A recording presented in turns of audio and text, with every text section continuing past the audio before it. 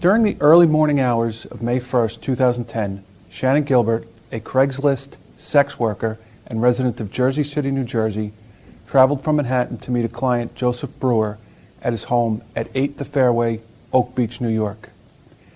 Shannan was driven to Oak Beach from Manhattan by her driver, Michael Pack. Neither one was familiar with the area, neither one had been there before, and neither one had met Brewer before. Hello and welcome to True Crime Rocket Science, the most authentic voice in true crime. It was the discovery of Shannan Gilbert that led to the discovery of all the other human remains. Her mother believed that her daughter had been murdered and that she was one of the many victims of a serial killer rampaging through the area. Thus far in my analysis, I've focused on the potential perpetrator, the suspect, the 59-year-old architect from Massapequa Park, but based in Midtown Manhattan. And he's been charged with killing the Gilgo Four, Melissa Bartholomew, Megan Waterman, and Amber Lynn Costello. All three of them disappeared over a 14-month span of time. Prosecutors say that Heuermann is also the prime suspect in the death of a fourth woman, Maureen Brainerd Barnes. She disappeared several years earlier in 2007. Her remains were found in the same quarter-mile stretch of Ocean Parkway as the other three women, across the bay from the town that's Massapequa Park, where Heuermann grew up and lived for decades in his childhood home. You'll notice Shannan Gilbert's name isn't on the list of murders he's charged with committing. It's also not on the map of potential victims. In fact, when we add the location of Shannan Gilbert's remains to the map, we see they really are some distance away. Now, what's certainly confusing is the only movie that's been made regarding this case, Lost Girls, spends the majority of its time focusing on the one person we can't be absolutely sure is a victim of the serial killer. It's clear that the authorities, that's prosecutors and law enforcement, don't believe Shannan Gilbert was killed by the suspect. What do you believe? What did happen to Shannan Gilbert? Before we get to that, if you haven't subscribed to the channel, please do. Bear in mind, I'm not editing some of my videos to the extent that I have been. Part of the reason for that is I'm trying to exercise a lot more in August. It's getting warmer here. I'm pretty unfit and I want to kind of get back into shape. So that's part of the reason. Another part of the reason is the amount of interest in my content at the moment certainly is relatively low. And so there's not much of an incentive to work as hard, spend the whole day editing. And so obviously you can let me know how you feel about that. If you like the edited content, then please show your appreciation by hitting the thanks button. If you don't mind an unedited video or a video with long slides that sort of go on for 5 minutes, and so that the episodes are more podcast. If I can do less editing, I can probably put up more episodes each day.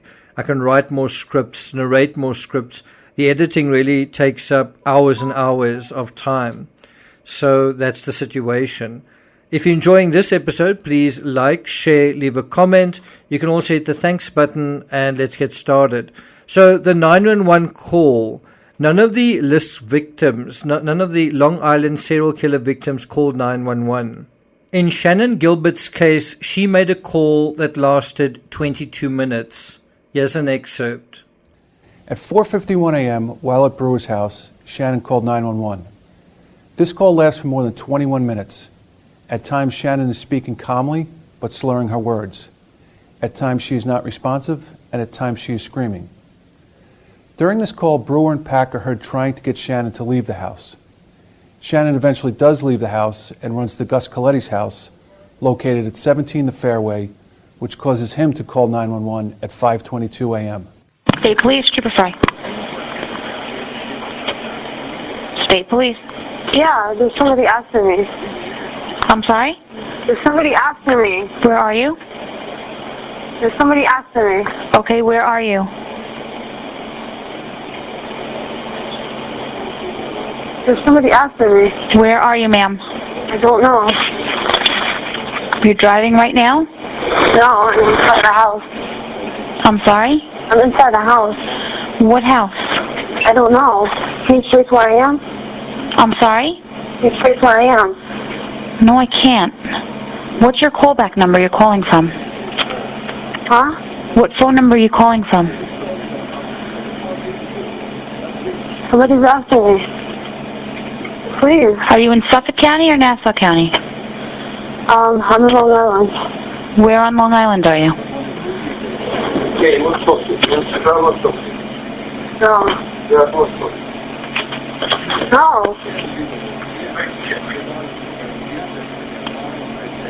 No. No, stop, no. Where in Long Island are you? In Suffolk County? Nassau County? Huh?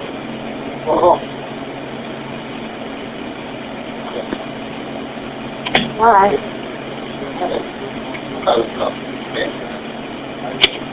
Why you call me by my name? Why? County, you on the line? Stop. Please. Stop it, please. Please stop. Please. Can you shut the door? No, time to go. Please. Please. Please. Go that way, please. Come on, let's go. Come on, roll that side. Come on, go outside. Oh. Come on, all of us. Come on, roll outside. Come on. No, please. Come on. Come on. Please, come on. Please. Come on. Why? Just come out here. Through the course of that call, she will basically go to 3 separate residences. She's in one person's house. She will leave that house, although she doesn't seem to want to leave. And then she'll end up going to 2 different residences. And at each residence, she'll say that someone's following her and trying to kill her. Although the call itself makes for dramatic, shocking, even sensational headlines, the question is whether the victimology of Shannan Gilbert matches those of the others. One obvious question is whether any of Heuermann's fake profiles interacted with Gilbert. And that brings us to the timeline. Gilbert's call occurred early in the morning of May 1st, 2010, within the fabric of Oak Beach. What's astonishing with Gilbert's 22-minute 911 call is that the cops essentially got a 22-minute head start getting to the area. You'd think this would guarantee them finding her very quickly, even safely, even apprehending the person after her, possibly even saving her life. How long do you think it took from the moment Shannan Gilbert's 911 call went out to the moment her body was found? Do you think it was 19 minutes, 19 hours, 19 days, or 19 months? Are you sure you want to hear this? Shannan called 911 from inside a client's home inside the gated community of Oak Beach at 4:51 a.m. So she wasn't even with Heuermann. She wasn't at his home. Instead, she was on the far side of the bay and the far side beyond Gilgo Beach. According to CBS, quote, Police Chief Verone says 2 male voices are recognizable in the background of the 911 call. The one is Shannan's driver, an Asian guy called Michael Park, and the man who hired her, right, her client, Joseph Brewer. As Brewer is heard trying to get her to leave his house, Verone says he either approaches her or touches her and you hear her scream out. Now, I don't know the circumstances beyond that. I don't know whether she'd already been there the whole night. It seems unlikely that she would arrive there very early in the morning, but who knows? And so the police couldn't respond to the call right then because Shannan couldn't say where she was. You hear that right in the beginning. They ask her repeatedly, where are you? Even what's your number? And she just doesn't respond. The complaint operator is asking constantly, where are you? And she kind of ignores that and instead keeps repeating, someone's after me. But bear in mind, she's in a house and there are 2 people basically with her. I don't know whether she's referring to a driver being after her, but basically what the resident there wants is for her to leave. He asked her to leave, and Verone actually says, and it's true, the longer the call goes on, you can hear at times she doesn't sound very coherent. At times she doesn't sound completely rational. Ultimately, it's thanks to another neighbor who also called 911 that the cops found out where all of this was happening. Hello? You're being sarcastic about this. You were part of this all along. I just met him just now. Shannan then ran from Brewer's house at 8 the fairway to Gus Coletti's house at 17 the fairway, a distance of 0.2 of a mile. Shannon.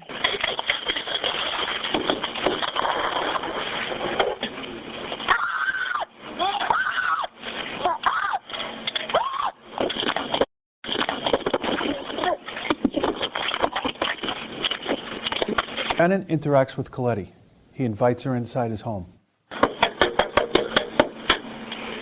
Shannon.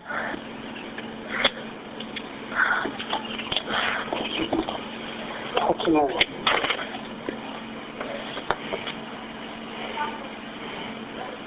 No.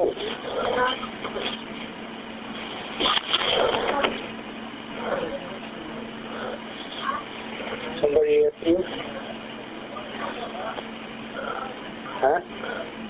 Hello? Hello?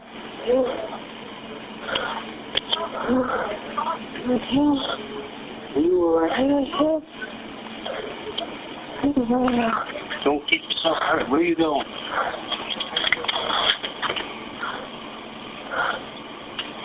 Wait a minute. Where are you going? Where are you going? She then Coletti's home, prompting Coletti to call 911. After Coletti's call, Shannan then runs another 0.2 of a mile to another home at 43 the Bayou, prompting a third 911 call made at 5:30 a.m. by Barbara Brennan. Suffolk Police 873, what's the location of your emergency? Yes, I live at Oak Beach in the association. There's a young girl about 14 years old running around here screaming, and there's some guy trying to follow her. What's the address there? I'm at 17 the Fairway. All right, you have a description of the girl or the boy? Pardon me? Do you have a description of the girl or the boy? The girl is about 14 years old, got blonde hair, very small. The boy, I can't tell. He was into like a Suburban. What color?